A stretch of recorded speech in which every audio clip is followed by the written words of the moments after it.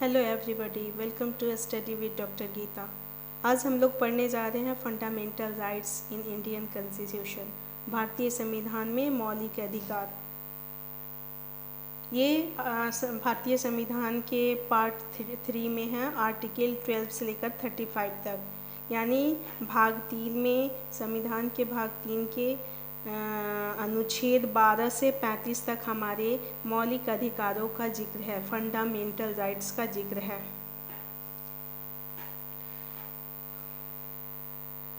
चौदह से 18 में राइट टू इक्वालिटी है, समानता का अधिकार है। और 19 से 22 में राइट टू फ्रीडम है। 23 से 24 में राइट अगेंस्ट एक्सप्लॉयटेशन है, शोषण के विरुद्ध अधिकार है। Right to freedom of religion 25 से 28 है।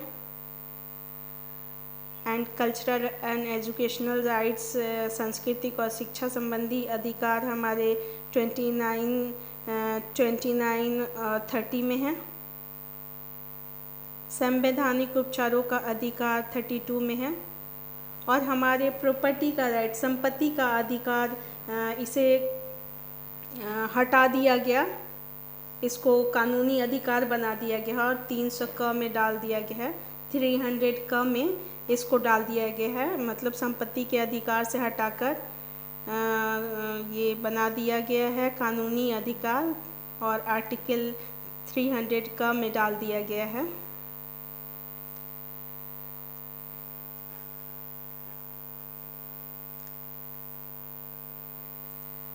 पहले हमारे कुल स्टार्टिंग में हमारे कुल मौलिक अधिकार फंडामेंटल राइट्स 7 थे, जिसमें से एक हटा दिए गए हैं। नंबर 6 पर जो था संपत्ति का अधिकार, प्रॉपर्टी का राइट्स हटा दिया गया।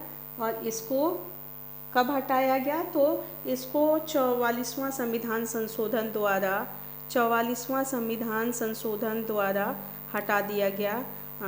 44वां संविधान संशोधन 1978 में किया गया था, 1978 में, जिसके थ्रू हटा दिया गया। कौन से? आर्टिकल 31 को, यानी प्रॉपर्टी के राइट को हटाकर इसे कानूनी अधिकार बना दिया गया, 300A में डाल दिया गया। तो हम एक एक करके सारे राइट्स को देखते हैं कि हमें जो अभी 6 राइट्स मिले हुए हैं। टोटल तो 7 थे, जिसमें से एक हटा दिए गए, तो अब 6 हमारे जो राइट्स हैं उसे हम एक एक करके देखते हैं। आर्टिकल 12 में हमारे ये मौलिक अधिकारों का डिफिनीशन दिया गया है। और आर्टिकल 12 में मौलिक अधिकारों का डिफिनीशन दिया गया है कि परिभाषा इसकी, राज्य किसी के मूल अधिकार के खिलाफ कानून नहीं बना सकती, इस तरह का डिफिनीशन दिया गया है। इसमें सेंट्रल, स्टेट और लोकल गवर्नमेंट तीनों आती है। इसमें सेंट्रल, स्टेट और यहाँ पर आर्टिकल 12 में हम डिफिनीशन देख रहे हैं, फंडामेंटल राइट्स का डिफिनीशन।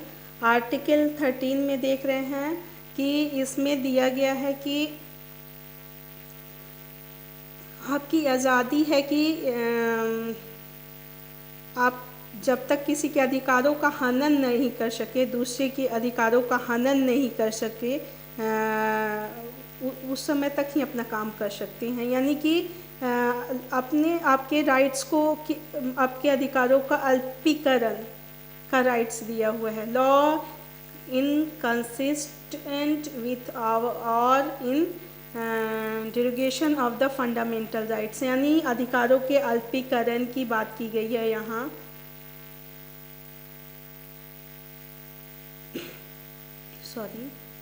नेक्स्ट हम यहाँ देख रहे हैं राइट टू इक्वालिटी, समानता का अधिकार।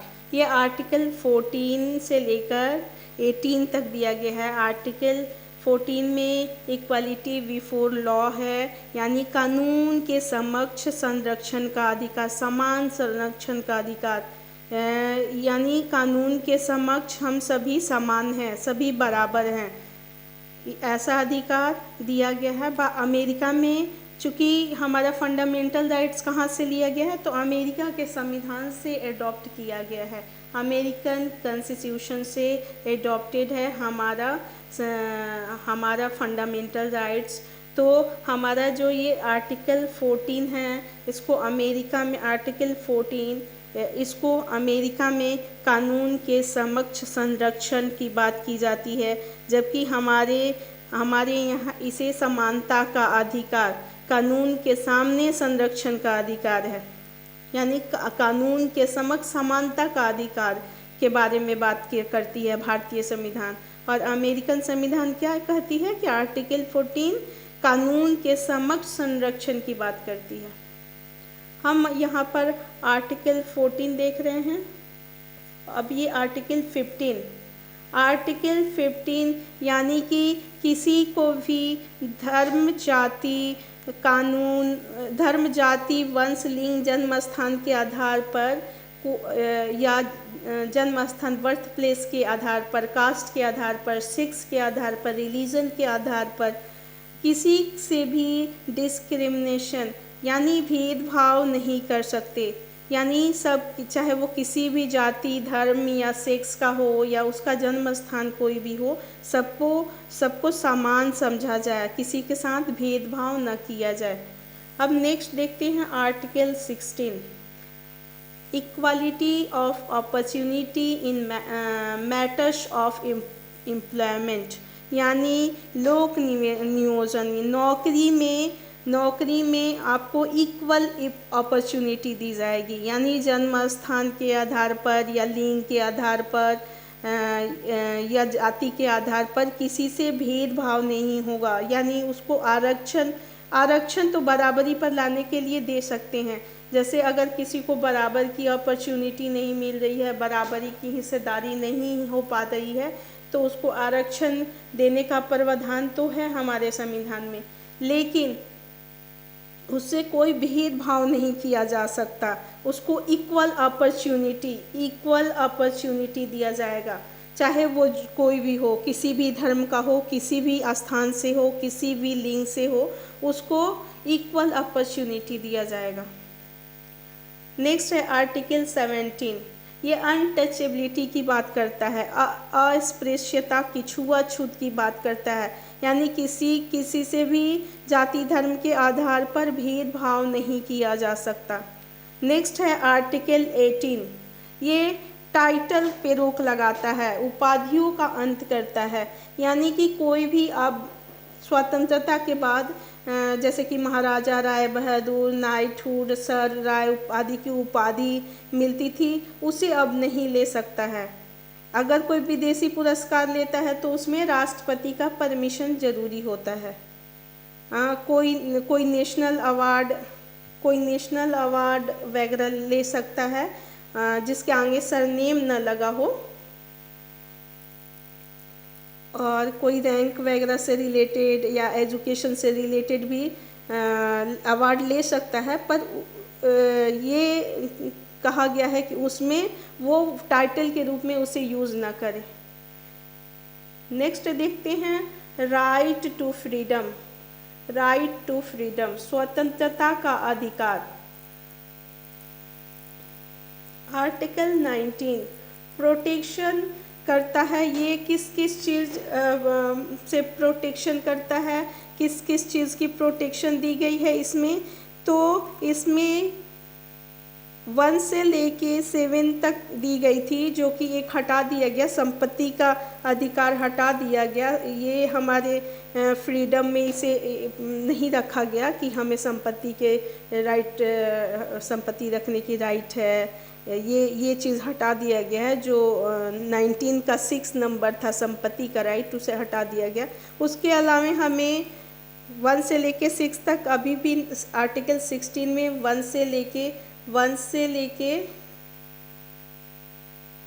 6 तक हमें अधिकार मिला हुआ है, जिसमें अभिव्यक्ति फर्स्ट में है, अभिव्यक्ति करने की, यानी कि अपने बातों को रखने की, सभा आयोजित करने की, संगठन बनाने की, संचरण मतलब एक जगह से दूसरे जगह जाने की, एक जगह से दूसरी जगह निवास करने की, और व्यापार करने की, ये सब आज़ादी प्राप्त है, ये सब स्वतंत्रता प्राप्त है, हमें दी गई है आर्टिकल 19 के अकॉर्डिंग।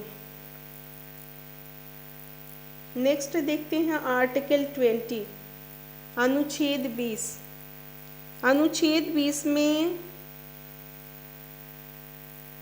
दोष सिद्धि से संरक्षण का अधिकार है, यानी एक अपराध की एक ही सजा हो सकती है और खुद के विरुद्ध गवाही नहीं होने पर वो खुद गवाह बन सकता है। अपराध के समय के कानून के अकॉर्डिंग ही उसे सज़ा मिल सकती है, यानी ये प्रोटेक्शन देता है कि हमें अपने दोष सिद्धि के लिए संरक्षण मिले, हमें अपने आप को अपराधी होने से रोकने का भी अधिकार मिले, एक अपराध की सज़ा एक ही बार मिले और उस समय के अकॉर्डिंग जो उस समय जिस अपराध के लिए जो कानूनी सज़ा का प्रावधान है उससे कम और ज़्यादा सज़ा ना मिले, मतलब कि उसी के अकॉर्डिंग सज़ा मिले जो उस समय सज़ा का प्रावधान है, ये आर्टिकल 20 कहता है। अब नेक्स्ट देखते हैं आर्टिकल 21, ये protection of life and personal liberty. ये आर्टिकल 21 हमें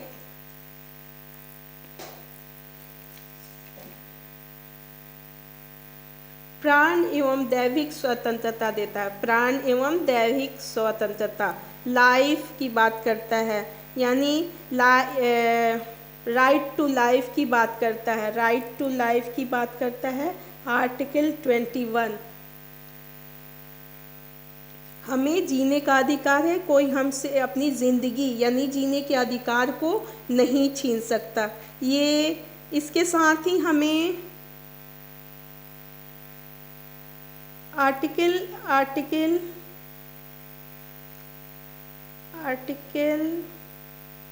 21 का भी जोड़ा गया है,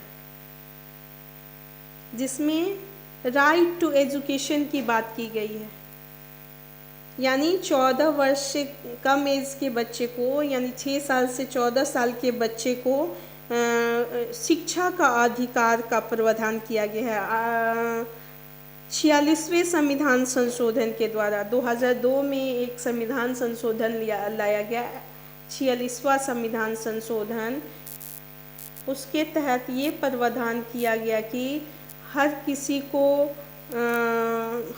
को 6 से 14 साल के हर बच्चे को राइट टू एजुकेशन है, यानी कि शिक्षा का अधिकार है, उसे शिक्षा से कोई भी वंचित नहीं कर सकता, उसे शिक्षा से वंचित कोई भी नहीं कर सकता। आर्टिकल 21 का ए कहता है कि राइट टू एजुकेशन, यानी शिक्षा से कोई भी वंचित नहीं कर सकता, हर बच्चे को 6 से 14 साल के बच्चे को शिक्षा का अधिकार है।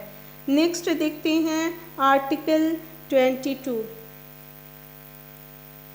Protection against arrest and detention in certain cases, यानी अरेस्ट होने से, गिरफ्तार होने से, हिरासत में रखने और नज़रबंद तथा पूछताछ के लिए भी हमें राइट्स, उसके विरुद्ध भी राइट्स मिले हुए हैं कि कब हमारा इनकाउंटर नहीं हो सकता, हमें अरेस्ट करने के बाद 24 घंटे के अंदर हमें कोर्ट के पास ले जाया जाए, हमारी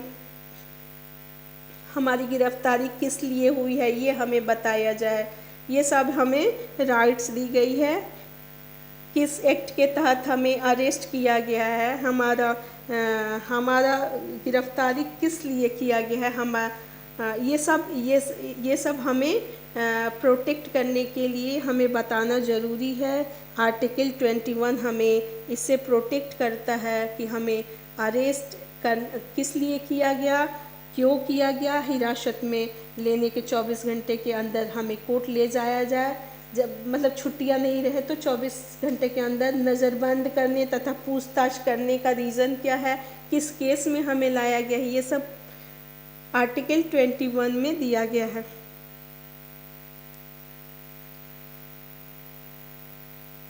नेक्स्ट देखते हैं राइट अगेंस्ट एक्सप्लॉयटेशन, शोषण के विरुद्ध अधिकार। हमें शोषण के विरुद्ध अधिकार भी मिला हुआ है। आर्टिकल 23 देखते हैं। आर्टिकल 23 में दिया गया है कि हमें ट्रैफिकिंग और human being and force labour, इन सब के विरुद्ध अधिकार मिले हुए हैं कि कोई भी ट्रैफिकिंग, ह्यूमन ट्रैफिकिंग नहीं कर सकता। तस्करी, मानव तस्करी, ह्यूमन ट्रैफिकिंग, मानव तस्करी, लड़कियों को ले जाके या छोटे बच्चों को, लड़कों को ले जाके बेच दिया जाता है, उसको रोकने का राइट्स। और बलात्कार श्रम करने का, फोर्स लेबर,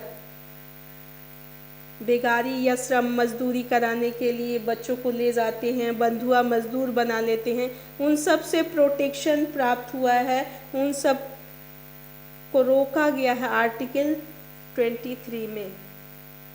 यानी अगर इस तरह की केसेस देखने में आती है तो हम कोर्ट में जा सकते हैं न्याय पाने के लिए। नेक्स्ट देखते हैं आर्टिकल 24। आर्टिकल 24 बाल नियोजन पर प्रतिबंध। 14 साल से वर्ष से कम उम्र के बच्चों को कारखाना, खदान और खतरनाक कामों में नहीं लगा सकते। यानी बच्चे जो 14 साल से नीचे के बच्चे हैं उनको कारखाने में या खतरनाक कामों में या खदान के अंदर नहीं घुसा सकते। या ये 14 वर्ष से नीचे के बच्चों को अगर आप काम पे लगाते हैं तो वो उसमें आपको सज़ा हो सकती है, जेल हो सकती है।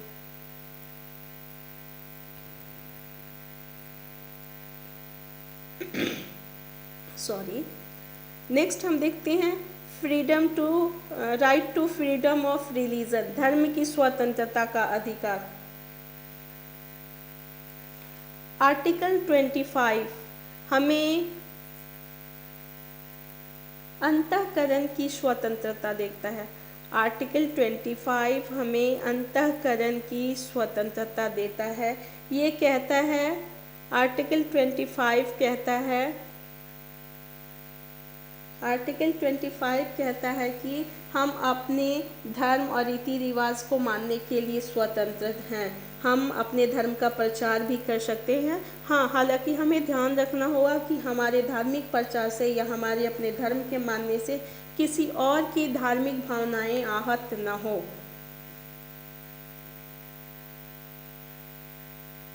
और दूसरे को हानि ना पहुँचे। हमें इसमें पर्सनल लॉ भी इसके लिए कुछ बनाए गए हैं।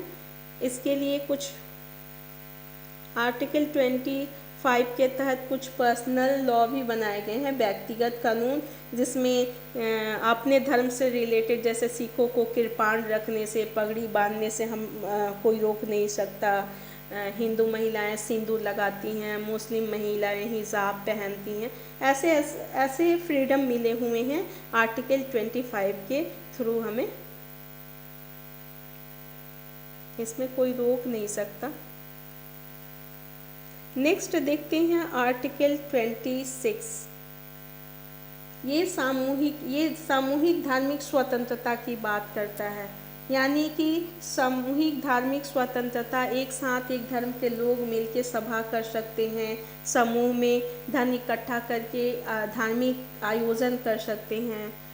ये सारी स्वतंत्रता आर्टिकल 26 में मिली हुई है।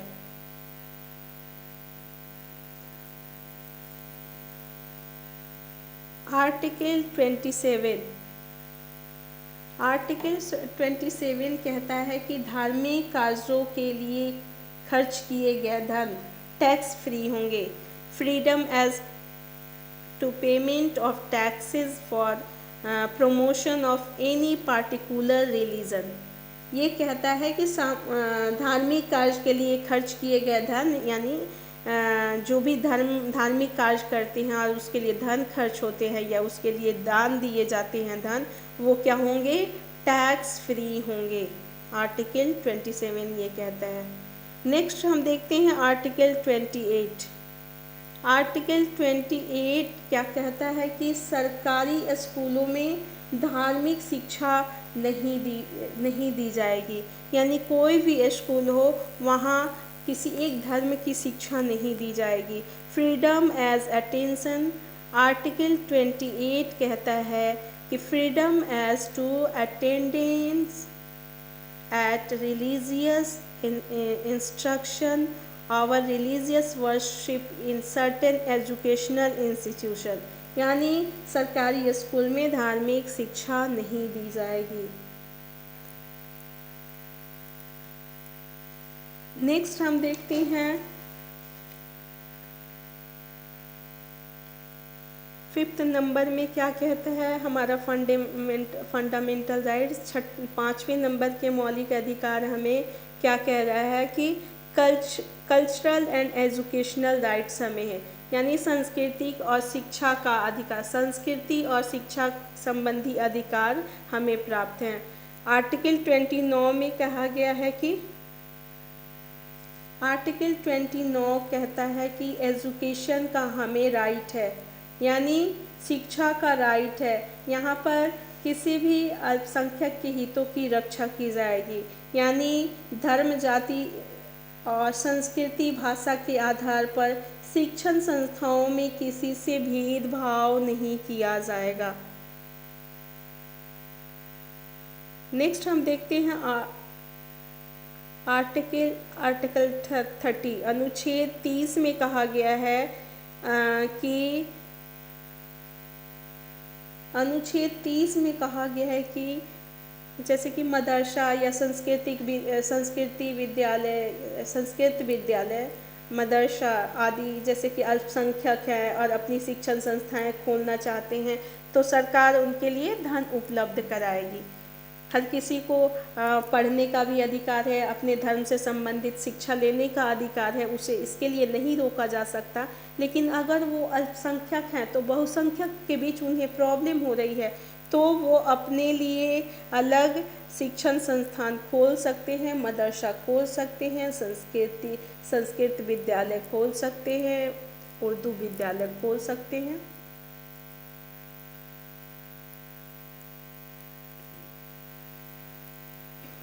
नेक्स्ट हम देख रहे हैं सेविंग ऑफ सर्टेन लॉज, कुछ कानूनों की बचत की गई है जिसमें संपत्ति के लोप की बात की जा रही है। आर्टिकल 31 में देख रहे हैं कि हमारे आर्टिकल 31 से लेकर आर्टिकल 31 में क्या था, आर्टिकल 31 में हमारा संपत्ति का राइट्स था, संपत्ति का अधिकार, प्रॉपर्टी राइट्स, जिसको 44वें संविधान संशोधन द्वारा 1978 में कानूनी अधिकार बना दिया गया और इसे 300A में डाल दिया गया। नेक्स्ट हम नंबर 6 देखते हैं। छठे फंडामेंटल राइट्स है राइट टू कॉन्स्टिट्यूशनल रेमेडीज, संवैधानिक उपचारों का अधिकार। राइट टू कॉन्स्टिट्यूशनल रेमेडीज, संवैधानिक उपचारों का अधिकार। ये हमें कानून में हमारा सबसे महत्वपूर्ण राइट्स है, जिसको डॉक्टर भीमराव अंबेडकर ने इसे संविधान की आत्मा कहा है। कॉन्स्टिट्यूशनल रेमेडीज़ को, राइट टू कॉन्स्टिट्यूशनल रेमेडीज़ को, संवैधानिक उपचारों के अधिकार को डॉक्टर भीमराव अंबेडकर ने संविधान की आत्मा कहा है। अनुच्छेद 32 को, अनुच्छेद 32 जो है आर्टिकल 32 है, जो वो क्या है, हमारे संविधान की आत्मा है, जिसके थ्रू अगर हमारे किसी अधिकारों का हनन होता है तो हम कोर्ट में जा सकते हैं। हमारे अधिकारों की रक्षा का दायित्व किसको सौंपा गया है, कोर्ट को सौंपा गया है या न्यायालय को सौंपा गया है। यानी हम अपने अधिकारों की, ये जितने भी 6 तरह के अधिकार दिए गए हैं, इनकी रक्षा हमारी कहाँ होती है, तो हमारे मौलिक अधिकारों की रक्षा, फंडामेंटल राइट्स की रक्षा, ये आर्टिकल 32 में दिया गया है कि हमारे न्यायालय, हमारे कोर्ट हमारे अधिकारों की रक्षा करेंगे। इसीलिए इसे डॉक्टर भीमराव अंबेडकर ने आर्टिकल 32 को संविधान का आत्मा कहा है। इसमें 5 तरह के रेट्स दिए गए हैं, जिसमें पहला बंदी प्रत्यक्षीकरण है, जिसके अंतर्गत 24 घंटे के अंदर सशरीर कैदी को सशरीर हाजिर करने का प्रावधान है। दूसरा इसमें रेट्स दिया गया है प्रतिषेध, जिसमें ऊपर वाला न्यायालय निचली अदालत को रोकता है कुछ भी गलत करने से। तीसरा है परमादेश, जो किसी को अपनी ड्यूटी करने के लिए बोला जाता है, यानी जो अपने कामों को ढंग से नहीं करता है उन्हें ऑर्डर दिया जाता है कि अपने कामों को अच्छे से करें। चौथा है उत्प्रेषण, जो निचली न्यायालय अपने अधिकार के उल्लंघन करता है तो उसको रद्द कर देता है। ऊपरी अदालत क्या करता है, उसको निचली अदालत के अगर अधिकार क्षेत्र से बाहर करता है या अधिकारों का उल्लंघन करता है तो उस काम को रद्द कर दिया जाता है। नेक्स्ट है अधिकार परीक्षा मतलब नौकरी में या जॉब में कोई अपनी ड्यूटी नहीं कर रहा है या ढंग से अपनी ड्यूटी नहीं कर रहा है, वैधानिक तरीके से नहीं कर रहा है, तो उससे पूछा जा सकता है कि वो किस अधिकार के तहत अपने इस तरह संवैधानिक तरीके से काम नहीं कर रहा है, असंवैधानिक तरीके से काम क्यों कर रहा है, किस अधिकार से कर रहा है, ये पूछा जा सकता है। तो आर्टिकल 32 में मेन ये 5 रेट्स दिए गए हैं, जिसके तहत न्यायालय का कमांड होता है और संविधान का ये मेन आर्टिकल माना जाता है 32। तो यहाँ हमने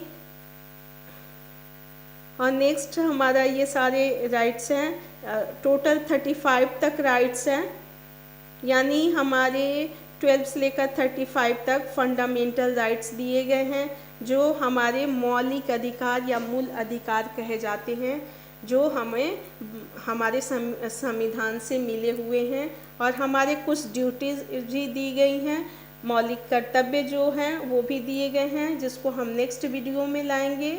और आप इसी तरह से हमारे इस चैनल में बने रहें, लाइक शेयर और सब्सक्राइब करें। Thank you.